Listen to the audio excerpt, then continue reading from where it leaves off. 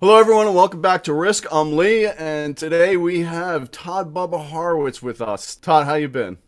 Doing great, Lee. It's always great to be with you guys, and obviously your show is appropriately named, Risk. No doubt about that, and there sure has been a lot of risk in the markets lately. To me, it looks like we're bottoming here, at least temporarily. What are your thoughts? Well, I think we have a lot of room to go on the downside here, actually, Lee. I Yeah, think yeah. that look, we've had a massive rally on air on nothing. We've got a massive inflation, which is probably three times the CPI number that they give out there. You've got no supply chain. In fact, I don't usually go grocery shopping myself, but when I'm in Vegas, I have to go by myself, and the shelves are getting emptier and emptier, which means that profits have to suffer for all these chains. And even go to Walmart, their shelves are empty. You've got the Fed's going to speak on Wednesday and tell you about rates. Now, look, we've got this massive inflation. There's two ways to fix it. The one way they're not going to, which is go back to fracking oil or shale producing, which this administration is never going to allow. They've got their own agenda. Yeah. So the only other way to slow the inflation is higher interest rates. Higher interest rates are not healthy for the stock market at this point in time. No, I agree with that. Yeah, I mean, you don't see like we're going to have a short-term bounce over the next couple of days? You think that we're going straight down? Well, I mean, we're not going straight down. I mean, we had a hell of a bounce today. I mean, if you take a look at that rally, I mean, we were down, 600 or 700 in the NASDAQ. We're down over 1,000 and down. We came back and closed up on the day. So to me, we call this a rip your face off rally, which is usually caused by short covering, Yeah. and the weak hands get squeezed. And I would love to see them open higher tomorrow because I'd love to sell them, and they're going to get them from me, whether it be tomorrow or the next day. But I'm already short coming in, Okay. and I will be happy to get shorter here because to me, we have a lot of room to go on the downside. But again, no market is going to go straight up or straight down. So know that these rip your face off rallies will show up when they get to certain points. Again, the speed at which the market goes down still has to come back to some equilibrium. So, Yeah, on a day like today, people are like, "Oh, the skies are blue again," right? well, it's funny because, look at everything they survived, it's good. But, the real key to watch is how high does it go and where is the next lower high, if it's indeed a lower high. And that will show you that the actual trend has reversed and we are headed lower. Yeah, no, that makes sense. So what's your take on the other markets? Let's talk bonds and precious metals and foreign markets. Well, have to go a lot lower. I mean, the bond futures, which means interest rates have to go a lot higher. I mean, if you take the CPI and subtract the yield, you're right now you're at about a negative 5.5%. Okay, I mean nominal rates are negative, so we have to see bond prices fall, interest rates have to rise, which they are starting to do so, even without the Fed, right? Because the bond vigilantes are taking over. So I think bond futures are going significantly lower. Now, again, it won't be all in one day. I mean, we've had a big drop already, and I would suspect that you'll see some moves like this morning. They were up half a point and they closed down over half a point. So I think you're going to see that kind of action, but we're going lower. Interest rates are going higher. Soft commodities, I think, are still the place to be because although they were much lower today, you've got, that's usually when money is coming out of equities, which it looks like it's starting to do. It is looking for places to go like grains or, cotton, sugar, whatever, things like that. Right. So I think those are okay, although they were under pressure today. But I know you want to know more about gold and silver, I'm sure. No, we'll definitely precious metals here. Although that is not the primary focus of risk, we certainly do cover it because it's very important. Of course. So, I mean, look, I think that, grain markets look solid. Now, remember, the commodity markets have to be higher because the input costs are so much higher. And if you raise them out of business from inputs, then you're not going to have any production. You're already having people questioning planting corn next year because of anhydrous ammonia is up 400%. That's a major input into corn. That is insane when you think about it. Well, is it not insane that crude oil is $90 a barrel when we could be exporting our own and making our own? But of course, when you have a stupid energy policy run by a bunch of ignorant politicians that have no clue how markets work and they don't care at what cost you destroy the economy, that's what you end up with. And that's why you have inflation that is out of control. Well, I mean, you throw that in the mix, but they're also talking about charging people by the mile to drive. Now, I don't know about you, but there are an awful lot of people who drive a lot of miles every year for work. It's going to crush them. Well, listen, I got news for you. This continues at this rate, and you will see a revolution in this country. Okay, again, we're not that far away from it now. I mean, there is so much divide going on that, when you start really taking people's money from them and making it where they have trouble living, they're not going to stand for it. And there's a lot of issues that we don't discuss every day, but the stealing of people's freedom every day, everything they do takes away more of what we can do freedom wise. So, again, they're not ever going to get away with that. This goes back to, if you go back into the 70s and 80s, and even recently, when they had market makers, they say, well, we can charge them like a penny extra per trade. I go, you go broke if you charge them like market maker a penny a trade. They can't make a living. That penny's a big penny on 20 million trades. So, they'll never get that. They will never get that through, just like they'll never get that stupid tax hike that he was talking about through, nor will he build back America. Yeah. One never knows, man. They've surprised us many times over the past. Well, in this case, I think that we're at a very opportune time. There's going to be probably a dramatic shift in the election. The election's coming, it's getting here faster and faster. And there's historically, a shift anyways. So they're going to lose their power, their overall power, because they control all three houses right now. And so at the end of the day, this stuff will go away, and nobody who's going for re-election is going to allow anything that would cause a major meltdown or major problem in the economy. So that is a benefit for keeping those things at bay until the election. Well, let's unpack this a little bit. I mean, you're calling for the markets to sell off more. So you think that we're going to have another leg down and then find some sort of bottom because it's going to be politically untenable for them? Well, I think that I don't know that. Listen, one thing I know is that politicians can't stop a market meltdown when it's ready to go. Okay. And so I overall, and again, this is not tomorrow, but overall, I look for somewhere between 40 and a 60% haircut to the market. In what time frame? That I can't answer. I don't know what speed this is going to end up going down. It won't be immediate. I mean, we'll go down. We're down. Was it down? It was down at one time. If you count today's action, it was down almost 17% on the year. Okay. Yeah. So it came back.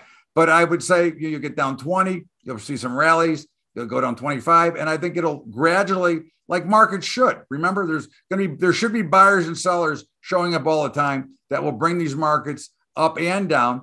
But the key to watch, if you're watching, is to see where they retrace to. And if they fail short of the last high, that means that the trend is definitely lower, which I've already identified, weeks ago, that the trend is lower right now. So I think this continues. I think we go into a bear market this year, in spite of the politicians trying to save it, because really, what more can they do? You got to count the Federal Reserve, even though they're supposed to be private, as part of the government, because they're really run by the government now. So what more can they do? I mean, you can't make rates any lower, really. So you're really in a magic trick box here. Well, I mean, there's been talk about negative interest rates and things like that. I mean, we're already nominal, and we're already nominally negative. And we have for a while, yeah. And you're already torturing all the fixed income people and all the retirees that don't want to be in the stock market because they have to chase yield. So, again, this is going to, and the bond vigilantes are in pretty much control now too. So we'll see how it all plays out. But I think they're out of ammo, which is why we're starting to see some of this stuff happen now. Can you explain to the audience a little bit of the mechanics of short selling and how the market makers play that side? Well, I mean, the market makers actually true market makers play what they call paper. Okay, they're playing order flow. They're playing the bid and offer spread on paper. Okay. And, a buyer comes in, they sell at the offer, a seller comes in, they buy at the bid, they make their little bit of money. Now, of course, they really restructured that because there is no more true market makers. The market makers are basically electronic market makers now, or high frequency traders. So, it's always funny when I hear the pundits talk about the high frequency trades, and that they only talk about when they go down, not when the markets go up. It's like they're only on one side. All they're doing is trading the order flow back and forth. But short selling, like a Jim Chanos, for example, I mean, he's a big short seller, right? I mean, he will look for an opportunity in a stock to sell short, and he will sell it short, which means he's got have a lot of money behind it, because it takes an enormous amount of margin to go short. Unlike long, You buy it, it can only go to zero. Short, in theory, it can go to infinity. Now we know that's not always the case, but it can. So you have to have lots of equity. And again, when you're short selling, which I do both sides, right? And I do it mostly in futures, because why should I trade in the stock market when I can do it in the futures market a lot easier and faster and never have any restrictions? But you're gonna take exposure to the short side of the market, which means you better put a stop in and know where you're trying to get out, because at the end of the day, markets have a crazy way of doing strange things very quickly, and they will force you to make an emotional decision if you're not prepared ahead of time. But short selling is just like buying, except your risk is greater because there's no cap, which is why it's much tougher to pick a top of a market, because people have trouble holding it versus trying to get a bottom, because picking bottoms is only zero. Yeah, do you think it's easier to play the long side, and pick a bottom than it is to go short and pick a top? Oh, I think it's much easier to pick a bottom if you want to try to pick bottoms, because I try not to pick either, but it is much easier because, again, the fear and panic trade is much lighter when you're buying, because, again, that there's an end. When you sell, think if you had sold Bitcoin at $10,000 and it went to 60,000, what would how would you handle that? There's a lot of let's say you would have sold silver, before it went to 50. That's what creates these huge panic rallies, is people don't know, they can't discern where the end is. So you have to be very careful, because that's how you get these people trampling over trying to get out, which is what I think we saw today. Part of it. The biggest rallies come in bear markets, when the weak hands get nervous and they start crawling over each other to get out. Yeah, no doubt about that. So what's your take on precious metals, since we talked about it a few times? No, I think, listen, I'm always a believer in precious metals. I think that every portfolio should have some representation. I think that there's more and more likelihood that it may be needed as a currency someday. Yeah, no, I meant specifically what the price action's been in relation. The price is bullish right now. Last week, the last couple of weeks, silver and platinum were the leaders. Today, it looks like gold might have grabbed some leadership. The 1840 on the upside was very, very important for me to break above it. It was already long going in, but it was really struggling around that 1840 level. So now that it's through, and if it stays through, I think the next target is 1880. Okay. And then we'll look farther, but I think there's a lot of room to go much higher. But again, you have to watch these things like one level at a time based on the time frame that you're watching, and not try to get too anxious, nor buy into that gold's going to 5,000. It may very well someday go to 5,000, but how many stops are there going to be before it gets there? Yeah, it's not going there tomorrow. Right. Unless some crazy catastrophic thing happens. So when did you enter your long position on precious metals? We entered at about the 1780 level, 85 level. So now that it's broken through 1840, which sounds like was a key level for you. Right. Are you adding to your position? I would add now on some dips. I want to see how 1840 reacts over the next day or two. I would buy more up here. One thing when you're buying, you want to buy when it's still strong, not into weakness, trying to fish it out. Yeah. And you want to sell when it's still weak. And again, that's why we talk about, people talk the patterns. If you've ever heard the terms double tops or double bottoms, yeah, of course. Double tops work best in a market that's going lower, which is just selling resistance, and double bottoms work best in a market that is trending higher when they pull back. So if we can hold above this, I would use 1840 as a potential buy spot, but we've got to be able to hold it first for a day or two. But yeah, I have no problem. I'll buy all the way up as long as the pattern stays strong. And of course, I will manage the additions differently than I'll manage the core position, but I will hold a long position and get longer if I have the opportunity. And at what point do you start unloading? What's your telltale sign for that? I don't ever unload until the trend changes. Okay. Yeah. And so you're looking at the chart, basically looking for. Well, actually, I also have a proprietary algorithm too that we use that this tells me when it sees the trend changing. And really what it does is it takes all the information that I know, but it does it without an opinion, and it has no bias one way or the other. And it has some mathematical things that account for higher volatility when suddenly prices start to move faster, so it moves faster with volatility, and it moves slower without it. But, again, as a trader, I will trade it. If I add to it, part of it I'll trade, and I don't have a target. I always get it stopped out at some point, Lee. But the point is, I could get stopped out. If I buy it at 1840, I could get stopped out at 1870 on the way back down. That's what I'm talking about. I will manage that position and use stops all the way up or all the way down, depending on which side I'm on. Yeah, so, I will so not. I will not change them either. you move up to 1840. You're putting in a stop loss probably just under that. If I hold 1840 and I bought more here, I'd look at the chart, but let me just off the top of my head, I would say probably 1830 is where I would take with that particular trade. That makes sense. Okay, that's pretty good support. And Just below 1830 would be where I'd be getting out. So then say it rallies up to 1870. You're moving the stop up. You're using a slide and stop, correct? Oh yeah. No, what I will do is I will evaluate each chart as it comes, and if it goes straight up like in one day. Let's say we have a $30 rally tomorrow. Okay. Well, inside that full day chart is going to be shorter time frames, which are all the same. All market charts are the same. Okay, just the difference of time and price.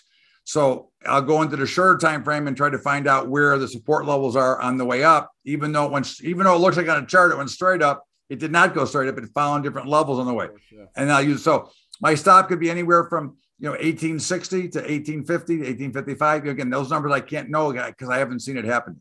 Yeah, no, that makes sense. I mean, I'm just using theoretical numbers here based on the marketplace.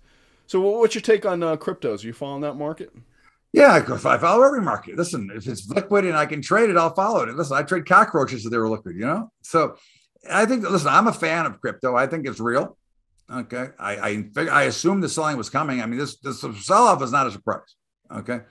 In fact, we use it. We trade the micro Bitcoin in some of our portfolio models, and we've been short for a long time. Okay.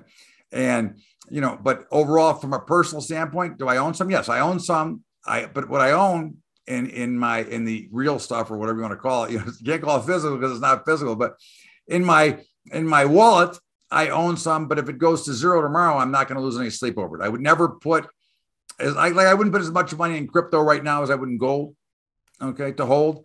But I do think the space is going to be real, and I do think it's the currency of the libertarian. And the more these politics get involved with currency, as they all screw the fiat currencies across the globe, every central bank is working how to reduce each other. I would be more involved, and I think that's why the crypto space will be real. Is it fair to say under a fiat system, you're destined to have a lot more political involvement in the economy? Well, yeah, and you have the central banks around the globe have the right to play with it, and they can reduce. Listen, when the dollar, from the beginning is worth nothing now. Okay, and every time they do something, they're actually offering a secondary on the cash you're holding in your pocket. So they're taking right from you every time they do something with interest rates or stimulus or any of these things they do. They're stealing it right out of your pocket because they're devaluing the currency. Okay. And unfortunately, when they went up the gold standard, all the fiat currencies, all the central banks are all in their own race to get to zero because they want to continue to spend money, which is why they're talking going digital now. So they don't have to show as much. I mean, it's a mess. And the Fed has been garbage since 1913. And they're still using their models from them. And just a little point of fact, the Model T came out in 1913 as well. Look at the development of that. The Ford truck now can power a whole house. The Fed is still using old models and refuses to change. And they keep coming up with new terms to hide it, like it's some sophisticated new scam. But right, yeah, sophisticated that we refuse to change our math models. We don't care that the market has changed and that the population is quadrupled since the time we started. Yeah, so no doubt about it. I mean, so is there anything in the marketplace that you see that the listeners should know about, or the viewers? Well, I think crude oil is going higher. I think crude oil's got a chance, and I hate to say this, and I'm not predicting this. I'm saying it's got a chance to go to new highs, and that's $140 a barrel. Okay. Now I'm not saying it's going to get there, but remember, we're dealing with an administration that has the worst energy policy on record. Okay. And we are no longer producing our own. We are dependent on Saudi Arabia and OPEC, and of course, Russia and China. Do you think any of those are going to cut us a break? Did not President Biden call them and ask them to produce more? What do you think they're going to say? Oh, yeah, we'll get it right out for you. Okay.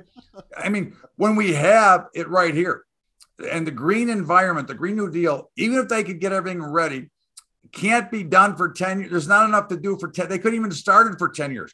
So at what cost did you stop this fracking and shale producing? But we've been through with these imbos before because Obama did the same thing in the coal industry. And in 2008, he just shut it down and put all those poor people out of jobs and they had no education to go anywhere else. Now, just remember this: the Green New environment is fine, except that China and India are 36% of the population. They're going to use coal unless they find something cheaper, and they're not worried about the environment. Okay. Now, I suppose we have a bubble over the United States and over North America, but that's not a fact. So we are already the greenest environment here now, and whatever they do, they're just torturing average Americans with high inflation and ridiculous things, because fossil fuels goes into everything we do, just about, including bottled water. It takes fossil fuels to make those bottles. So no doubt about that. And you're mentioning $140 a barrel, and I'm almost having a heart attack on this side thinking about what gas prices, food prices, pretty much everything. I mean, we have inflation issues now, but if crude goes to 140, it's going to be overwhelming.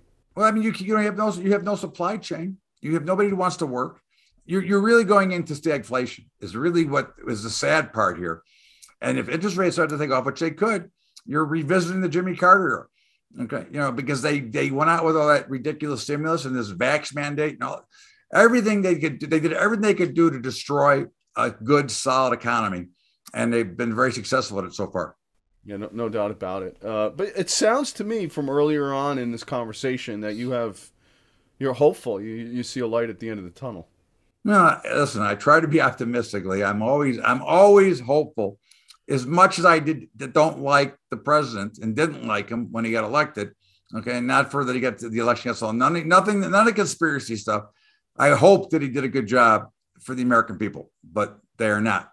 But fortunately, you've got more than likely a new Congress coming in November, and that should help change things. You've got a new election coming. Now, if we can get a reasonable candidate to run, I mean, the last guy did a great job, as much as he had a mouth that, nobody wanted to listen to because he talked too much and he opened it up too much. But Trump was the best president in my lifetime from a economics and country standpoint. And I believe that the man had no greater love for America than anybody.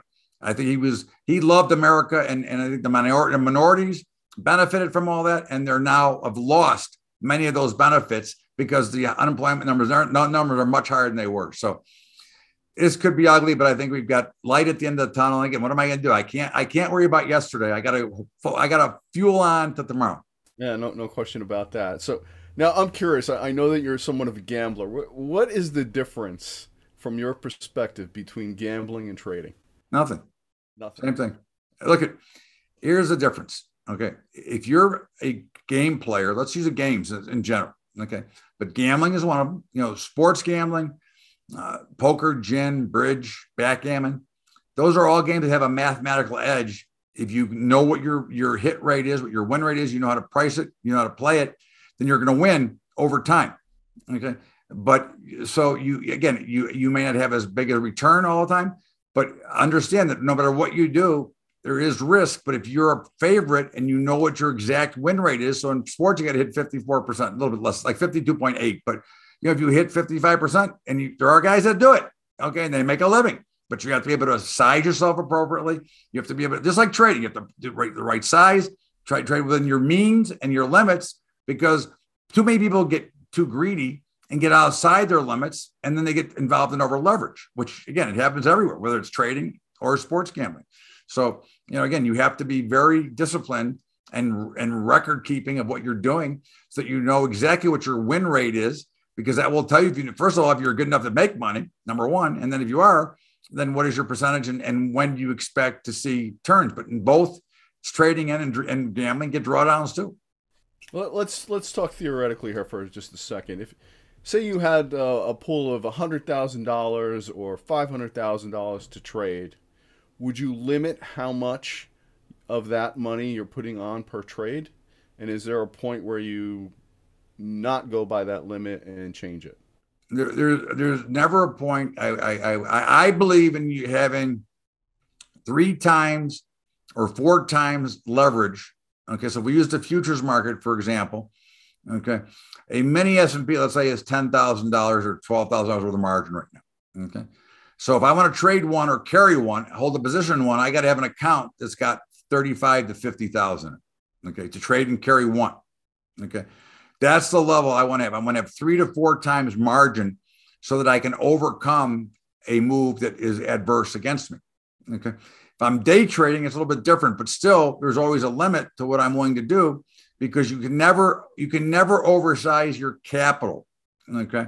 And you have to have a mathematical decision on how to exit. So for example, I day trade with my members every morning for 45 minutes. Okay. So right now, because of the current volatility in the markets, we use on risk on any given product, if we get shorter along the Dow, okay, we're going to use a 40 tick stop, which is $200 on a regular mini Dow.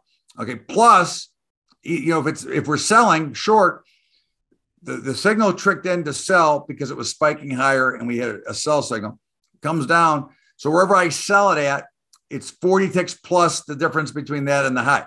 Okay. And that's our risk. Okay. And you have to then decide, like I've told most of my members today, for example, if you're trading minis right now, you might want to go to 5 micros or less, because again, the moves are going to be much bigger and much faster. Now, if you're equipped and you have the capital, no problem. But again, this goes back to originally, you cannot let the mental side of this market get to you, because it will break the average human being. No, there's no time. Todd, when I was trading, there was a guy who was at another trading crew, and he actually just laid out a bet on an earnings call. And boy, was he on the wrong side of that. Just seeing the guy's face, I mean, I really thought he was going to just kill himself. It was. There are shooters all the time. That's the interesting thing about markets. You've always got shooters out here. Okay. And they usually end up in the toilet. And the guys who understand that look, trading is a grind. Okay. I am always 100% invested in my equity, in my IRA, in the stock market. 100% always. I'm always hedged. Okay. I have protection. Like today, I bought a lot of stock with my hedges because they went down, but I made money there. So, but my point here is that you have to discern what you're doing, what you want to do, and how you're going to do it, and make sure that you have the capital to do what you're doing. So from an investing standpoint, listen, the stock market has gone up 8% year over year for 175 years. I don't think that's changing tomorrow. Okay. But trading is, again, it's another animal, because every time you change the time frame or what your objectives are, things change. I want to day trade. I want to trade in the shortest time frame possible, because I want to get as many opportunities to make a trade during the day as I can get. That makes sense. And it goes back to what you were saying before. The odds are in your favor if you're going over the long term in the equity market. Right. Yeah, I mean, it's like the 55%. Not every year you're going to make money, but over the long term you probably will. All right, and you have to remember, even in the precious metals, the probabilities over time, they're going to make money. That's why, listen, I would never take a position, a holding that I intend on holding for a long period of time in the futures market or in the equity market in gold or silver. When I want gold or silver or platinum, I buy them, the physical metals, and that's what I want. I want to own physical. I don't want to have any paper.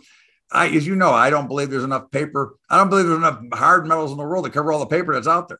Okay. Oh, there's no doubt about that. I mean, you look at all these pooled accounts that are very questionable, and then and obviously the COMEX futures market. So I think when you're investing, listen, gold and silver and platinum for long haul, or they're going higher at some point, right? They can go wherever they go from now. I don't care. Look, I always say this to all my people: my kids will sell it when I die. I'm never selling it, like the physical. Now I trade paper, and I can be long or short paper. Right now I'm long paper, and tomorrow I can be short, but I'm still going to be long physical no matter where it goes. If it goes to 1,000 gold, I'm still going to be long my physical. I'm not selling it ever. Okay. No, I see no purpose to sell. That's why I bought it, to hold on to it, because it's going to go higher and it will gain wealth and value over time. It's real property, basically, and it doesn't have third-party risk. The hard asset commodity is what I like to call it. Exactly. Well, Todd, thank you so much for this update. There's so much going on right now.